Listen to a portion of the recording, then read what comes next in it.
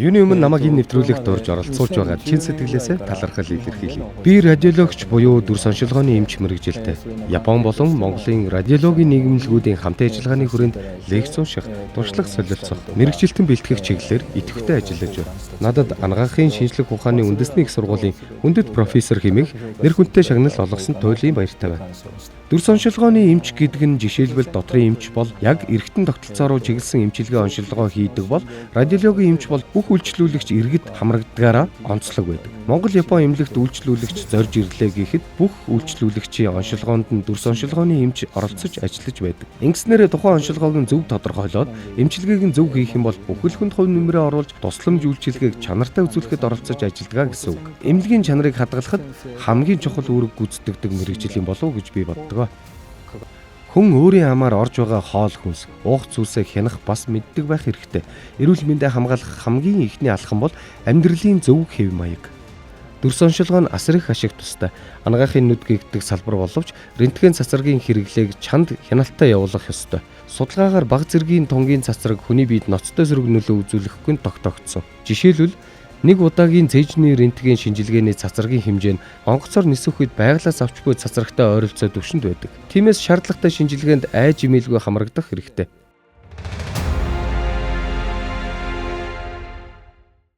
Сайн байцгаана үзэгчдээ. Эрүүл мэндийн салбарын шилдэг эмч мэргэжилтнүүдийг урьж оролцуулж арга туршлагаас нь хуваалцдаг продоктор нэвтрүүлгийн ээлжид шинэхэн дугаар хүрэхэд бэлэн болсон байна. Бид өнөөдөр Токушима их сургуулийн профессор Харада Масафумидыг урьсан байна. Танд энэ өдрийн мэндийг хүргэе. Анагаахын шинжлэх ухааны үндэсний их сургуулийн хүндэт профессор цолоод хүрсэн танд баяр хүргэе. Сэтгэлээ хуваалцаач. Юуны өмнө намайг энэ нэвтрүүлэгт урьж оролцуулж байгаад чин сэтгэлээсээ талархал илэрхийлье. Би 2010 оноос хойш Монгол улсад тогтмол айлчилж хамтын ажиллагааны хүрээнд ирж ажиллаж байна. Манай Токушима их сургууль болон анагаахын шинжлэх ухааны үндэсний их сургуулийн хооронд байгуулсан гэрээний дагуу боловсрол, судалгаа, хүний нөөцийн чадварыг бэхжүүлэх чиглэлээр урт хугацаанд хамтран ажиллаж ирлээ. Би радиологч буюу дүр соншилгооны эмч мэргэжилтэй. Япон болон Монголын радиологийн нийгэмлэгүүдийн хамт ажиллагааны хүрээнд лекц унших, туршлага солилцох, мэргэжилтэн бэлтгэх чиглэлээр идэвхтэй ажиллаж байна. 2010 оноос хойш миний удирдлагад ороод дүр соншилгооны чиглэлээр 7 эмч докторийн зэрэг хамгаалж эх орондоо буцаж очин ажиллаж байна. Одоогоор 2 монгол эмч докторийн хөтөлбөрийн судлаачаар Токушима их сургуульд миний удирдлагад ор эрдэм шинжилгээний ажил хийж байна. Монгол Японы анагаах ухааны салбарын хамтын ажиллагааны хүрээнд хэрэгжүүлсэн ажлуудыг өндрөөр үнэлж надад анагаахын шинжлэх ухааны үндэсний их сургуулийн хүндэт профессор хэмээх нэр хүндтэй шагнал олгосон туйлын баяртай байна. Сүүлийн жилүүдэд Токушима их сургууль нь олон улсын хамтын ажиллагаагаа идэвхтэй өргөжүүлж, Монгол улстай анагаах ухаан тэр дундаа радиологийн салбарт үр дүнтэй хамтран ажиллаж байна. Тухайлбал анагаахын шинжлэх ухааны үндэсний их сургуультай хамтран эмч мэргэжилтэн бэлтгэх, оюутан солилцох, багш судлаачдыг чадахжуулах, орчин үеийн оншилгоо, эмчилгээний арга технологиг нэвтрүүлэх зэрэг олон талт ажлыг хэрэгжүүлж байна. Энэхүү хамт ажиллагааны бодит үр дүнгийн нэг нь Монгол-Японы эмнэлэг юм. Тус эмнэлэг нь Япон улсын дэвшилтэд тоног төхөөрөмж, оншилгоо, эмчилгээний орчин үеийн арга технологиудыг Монгол улсад нутагшуулах зорилготой байгуулагдсан бөгөөд өнөөдөр оншилгоо, эмчилгээний чанар, хүний нөөцийн чадвараараа улстай жишигдэв болон хөгжиж байна. Мөн өнгөрсөн хугацаанд анагаахын шинжлэх ухааны үндэсний их сургуулийн эрдэмийн зөвлөлийн шийдвэр болон реакторын тушаалаар Токушима их сургуулийн радиологийн ба туяа эмчилгээний тэнхим эрхлэгч Токушима их сургуулийн эмнэлгийн дэд захирал доктор профессор Масафуми Харадад анагаахын шинжлэх ухааны үндэсний их сургуулийн хүндэт профессор цолыг олгосон юм. Профессор Масафуми Харада нь Монгол-Японы эмнэлгийг өнөөгийн түвшинд хүргэх бүхий л үе шатанд манлайлан оролцож, хоёр улсын хамтын ажиллагааг өргөжүүлэн хөгжүүлэх, мөн анагаах ухаан, радиологийн салбарын эмч эмнэлгийн мэргэжилтнүүдийг бэлтгэхэд үнэтэй хувь нэмэр оруулсныг үнэлэн энэхүү хүндэт цолыг хүртээсэн байна. Энэхүү хүндэт цолыг дамжинд орж анагаахын шинжлэх ухааны үндэсний их сургуулийн реактор эрдэмийн зөвлөлийн дарга, анагаах ухааны доктор профессор, эрдэмийн зөвлөлийн тэргүүлэгч гишүүдийн хамт олон гардуулуугч, хамт ажиллагааны үр дүн цаашдын хөгжлийн чиг хандлагыг онцлон тэмдэглэсэн юм а.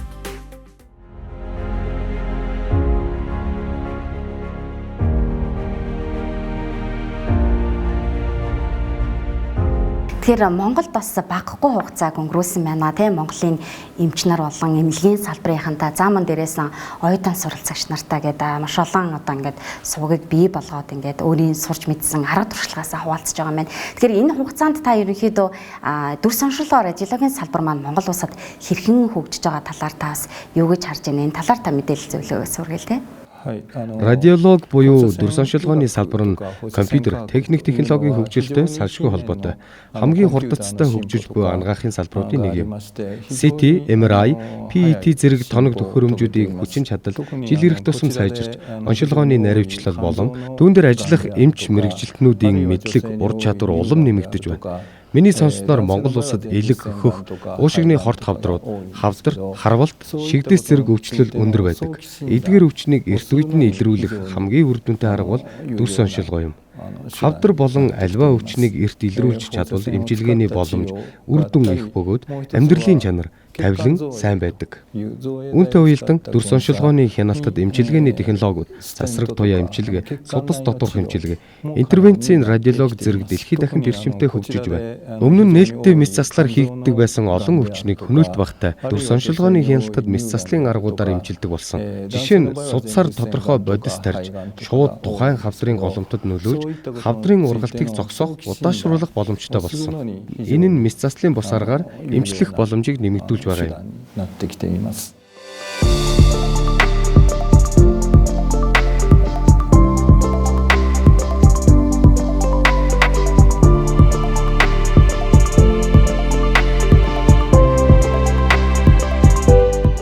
Мэдээж хэрэг одоо Япон улс бол өөрөө одоо эрүүл мэндийн салбарууд маш хөгжингүй улс орн тий. Тэгэхээр манай Монгол улс болон Япон улсын эмнэлгийн одоо эрүүл мэндийн салбарын бас ялгаа хэр байгаа вэ? За мөн дээрэс нь та яг манай улсад яг энэ чиглэлээр одоо 10 хэдэн жил тий одоо ингээм хамтарч ажиллаж байгаа хүний хувьд одоо ирээдүйд хэрхэн хөгжүүлж одоо илүү цар хүрээтэй ажиллая гэж бодож байгаа вэ?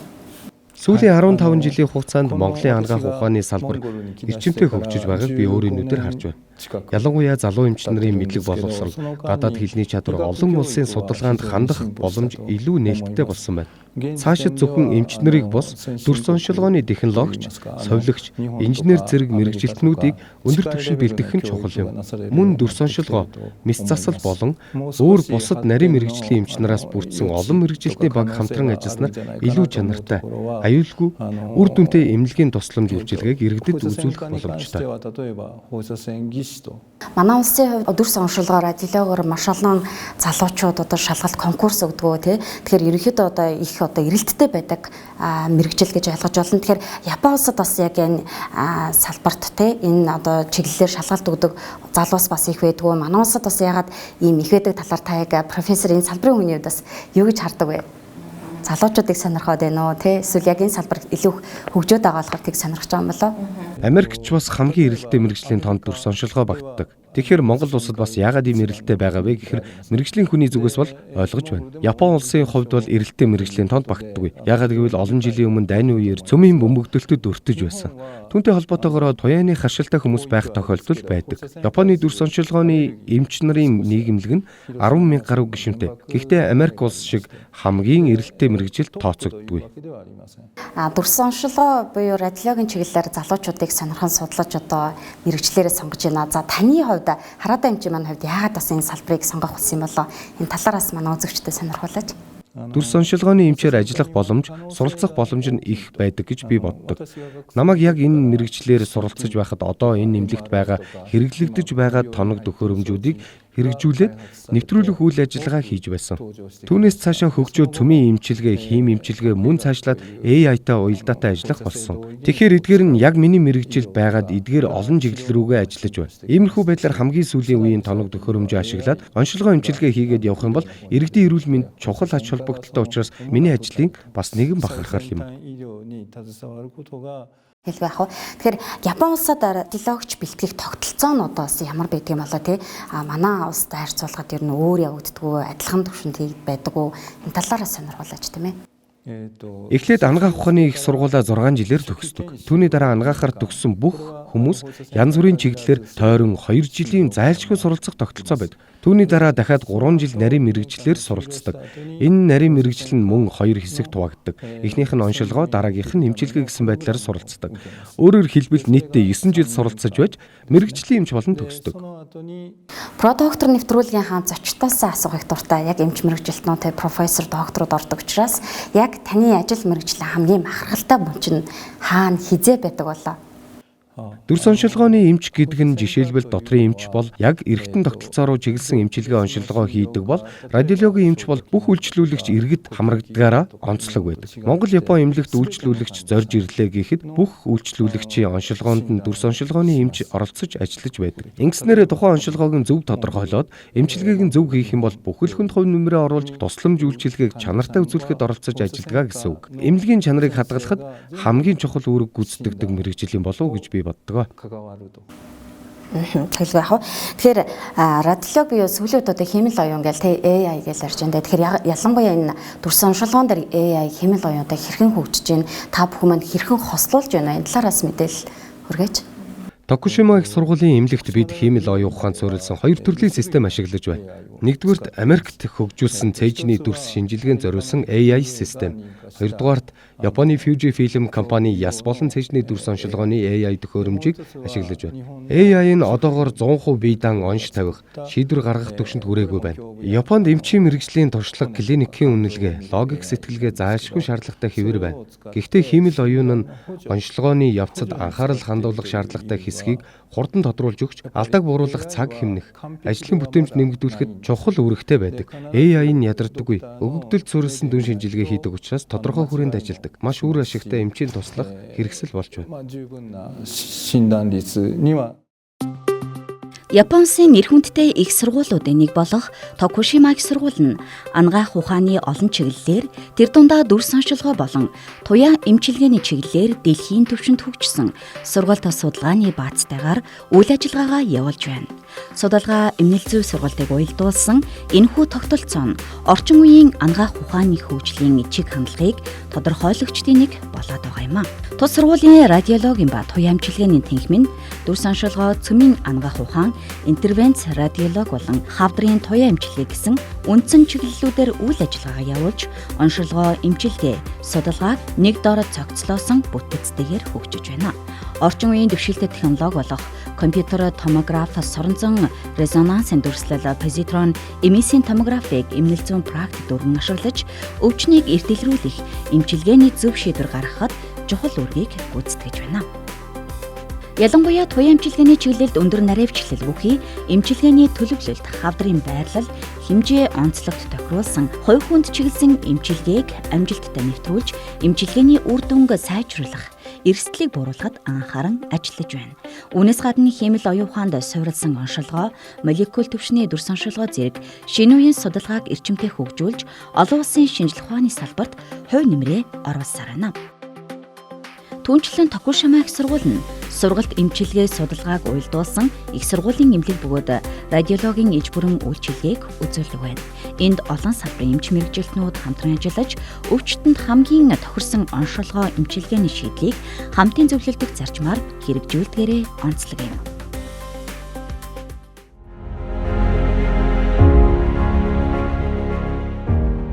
Тэгэхээр Монгол улс маань өргөн удам тал нутагта хүн ам цөвтэй тий. Тэгэхээр эмнэлгийн салбар буюу яг энэ тэр дундаа дүрс оншилгоор ажиллах бол яг Улаанбаатар руу чиглэдэг. Тий, урсгал яг Улаанбаатар руу чиглэдэг. Тэгэхээр та яг энэ салбарын үед яг одоо хэрхэн яаж одоо зөвхөмжтэй ажиллавал үр дүнтэй гэж бас харж байгаа болоо тий. Японд мөн адил алслагдсан бүс нутагт нарийн мэргэжлийн эмчийн хэрэгцээ сул боловсон хүчний асуудал тулгарч байсан үе байдаг. Үүнийг шийдвэрлэх нэг арга нь алсын зай оншилгоо буюу телемедицинийг хөгжүүлэх явдал байлаа. Орон нутгийн эмнэлэгт хийгдсэн дүрс оншилгооны шинжилгээний зургийг төвийн эсвэл лавлгаа шатны эмнэлгийн нарийн мэргэжлийн эмч рүү явуулж онш тодруулах, дүгнэлт болон зөвлөгөө авах, мэдээлэл солилцох тогтолцоо бий болсон. Цаашид Монгол улс ч энэ системийг илүү өргөжүүлэх боломжтой гэж бодож байна. Мөн ирээдүйд эрүүл мэндийн мэдээллийг алсаас дамжуулж хэмэл оюун ухаанаар урьдчилан дүн шинжилгээ хийдэг ухаалаг төхөөрөмжүүд өргөн хэрэглээнд нэвтрэх шаардлага бий. Тэгэхээр радиологоор дүрс оншилгоогоор хамгийн их онцлогдож байгаа өвчлөл бас ямар өвчлөл байгаа вэ? Японд хамгийн түгээмэл тохиолддог Өвчнүүдийн нэг нь хор тавдар бөгөөд үндсэндээ дүр соншилгоогоор энэ өвчнийг оншилж эмчилгээний үр дүнг хяндаг. Хавдрыг эрт үед нь илрүүлэх, тархалт үсэрхийллийг олох, эмчилгээний үр дүнг үнэлэхэд PET-ийн шинжилгээг өргөн ашигладаг. Мөн нас баралт, хөдөлмөр алдалтын шалтгаан болсон тархины харвалтыг MRI зэрэг өндөр наривчлалтай дүр соншилгооны төхөөрөмжөөр иж бүрэн шинжилж нэгдсэн дүгнэлт гаргадаг. Өвчнийг эрт үед нь үнэн зөв бодиттой онцлох тусам эмчилгээний үр дүн сайн байдаг. Тэгэхээр Монгол улс бол бас хавдраар нэлээд дээгүүрт жагсдаг улс оронд багтдаг. Хавдрын оншилгоо бас нэлээд сүүлд шатлалтай онцлогддог. Тэгэхээр энийг бас та бас хэлж байна 21 онд шинээрээс нэвтрүүлсэн гэдээ ярьж байна. Энэ талаараас дэлгэрэнгүй мэдээлэл үргэж Урьдчилан сэргийлэх үзэлгийн тогтолцоог бэхжүүлэх нь маш чухал. Жишээлбэл хөхний хор тавдрыг эрт үед нь илрүүлвэл бүрэн эдгэрэх боломж өндөр. Иймээс иргэд тогтмол үзлэгт хамрагдах нь зүйтэй юм. Үүний зэрэгцээ иргэдийн эрүүл мэндийн боловсролыг нэмэгдүүлэх шаардлагатай. Тэгэхээр Монгол улс төдийгүй бусад улс орнуудын яг энэ дүр соншилгооны салбарт юуг анхаарах хэрэгтэй гэж та харддаг вэ? Бас юуг анхаарах хэрэгтэй гэж зөвлөх вэ? Дүр соншилгоо гэдэг маань маш сайн хяналтан дор ажиллах ёстой. Үүнийг нь тухайн салбарын холбоодууд сайн хянаж үе шаттайгаар ажиллах хэрэгтэй гэж боддог. Үзэгчд хүмүүс маань цацар туяна хор аюул гэд ер нь ам дамжис арайч гэдэг хүмүүс бол аюултай гэдэг ойлголттой байдаг л да. Та энэ талаар юу гэх вэ? Дүр соншилгоо нь асар их ашиг тустай. Анагаахын нүд гэгдэх салбар боловч рентген цацрагийн хэрэглээг чанд хяналттай явуулах ёстой. Судалгаагаар бага зэргийн тунгийн цацраг хүний биед ноцтой зэрэг нөлөө үзүүлэхгүй тогтогдсон. Жишээлбэл нэг удаагийн цэежний рентген шинжилгээний цацрагийн хэмжээ нь онгоцоор нисэх үед байгалаас авч буй цацрагтай ойролцоо түвшинд байдаг. Тиймээс шаардлагатай шинжилгээнд айж имэлгүй хамрагдах хэрэгтэй. Хэрв цацрагийн тун бага зэрэг нэмэгдсэн ч чанартай хяналтын тогтолцоотой нөхцөл энэ төрлийн эрсдлийг удирдах хянах бүрэн боломжтой юм а.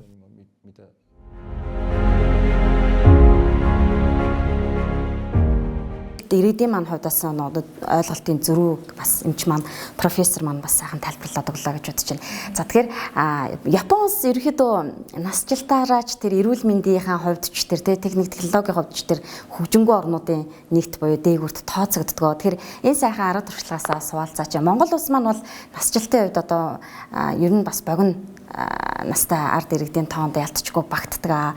Энэ талаар бас та мэдээллийг хүргээж.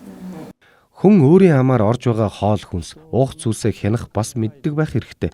Эрүүл мэндэ хамгаалах хамгийн ихний алхам бол амьдралын зөв хэв маяг. Хоол хүнсэндээ анхаарах, амьсгалж буй агаараа цэвэр байлгах, бидээ хэрэглэж буй зүйлсээ хянах нь чухал. Тамхи татахгүй байх, архи согтууруулах хундааг зохистой хэрэглэх, өөх тос ихтэй хоолноос зайлсхийх нь альва өвчнөөс урьдчилан сэргийлэх үндэс болно.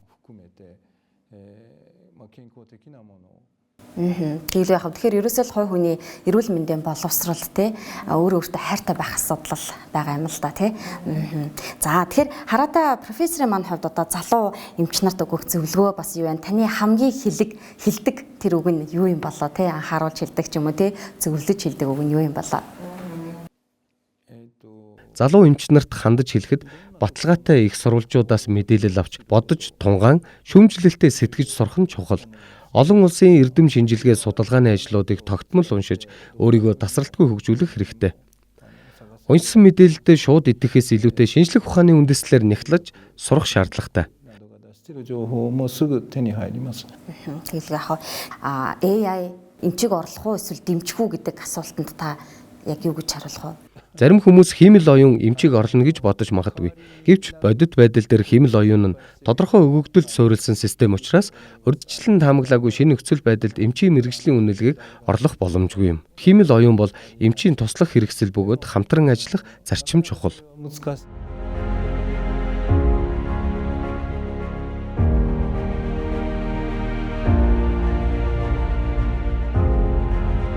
Анагаахын шинжилгээ маань үндэсний их сургуультай хамтран танаа сургууль болон профессор маань хэрхэн яаж хамтарч ажиллах талаараа төлөвлөгөө аль хэзээ гарсан байгаа болоо гэж бодож байна. Энэ талаараас та Монгол улс залуу хүн ам ихтэй орон.